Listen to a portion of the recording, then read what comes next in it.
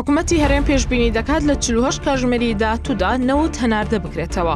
لە کاتێکدا وەزارەتی نەوتی عێراق و کۆمپانیای نەوتی باکوور چاوەڕوانی هەرێمی کوردستانن بۆ دەستپێکردنەوەی پرۆسەکە و ڕازیبوون بەوەی نەوتی کۆمپانیایەکی ناڕازی بۆ بەکارهێنانی ناوخۆی هەرێم بەکاربهێنرێت.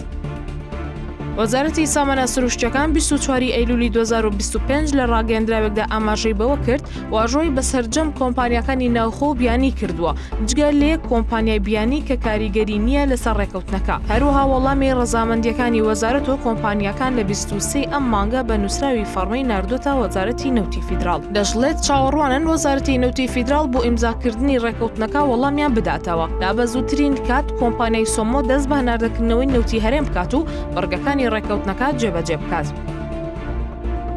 پێشەوە هەورامانی وتەبێژی حکوومەتی هەرێمی کوردستان دەڵێت توانای بەرهەمهێنانی نەوت گەیشتووەتە 234,000 بەرمیل نەوت و پێشبینی دەکەن لە 48 کاتژمێری داهاتوودا نەوت هەناردە بکرێتەوە.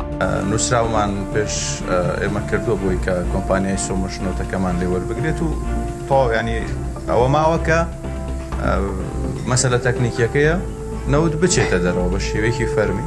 ئەمەش بەپێیەوەی کە قسەمان کردو و ڕێکەوتن کراوەتە سەوڕەکەی لە ماوەی 48 ساعتی داهاتوە ئەم مەسەلەی حەل ببێت.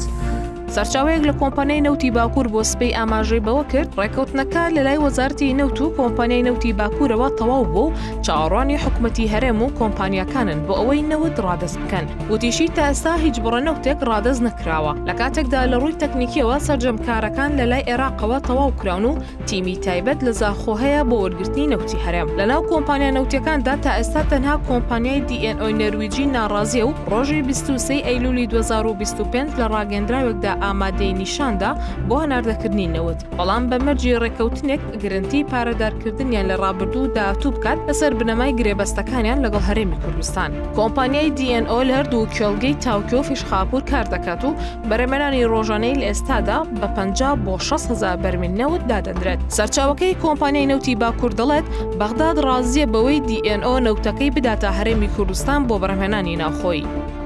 في حال أن وجدنا هذه المؤشرات التي تقر بأن هنالك علی نزار بەڕێوەبەری کۆمپانیای سۆمۆ ڕۆژی 23 ئەیلول بە ئاژانسی هەواڵی عێراق و عێراقگەاند ڕێکەوتنەکە گەیشتۆتە قۆناغی کۆتایی لەگەڵ گەیشتن بە میکانیزمێکی جێگیر بۆ جێبەجێکردنی ئەو ڕێکەوتنە و بڕینەوتی بەرهەمهێنراو لە هەرێم. عێراق لە ئێستادا ڕۆژانە نزیکەی 3,400,000 بەرمیل نەوت لە بەندەرەکانی باشوورەوە هەناردە دەکات. بەڵام بۆری نەوتی جیهان لە مانگی ئازاری 2023 داخراوە. دوای ئەوەی دادگای ناوبژێوانی پاریس سکاڵایەکی لەبارەی هەناردەی نەوتی هەرێم لە بەرژەوەندی عێراق یەکلا کردەوە.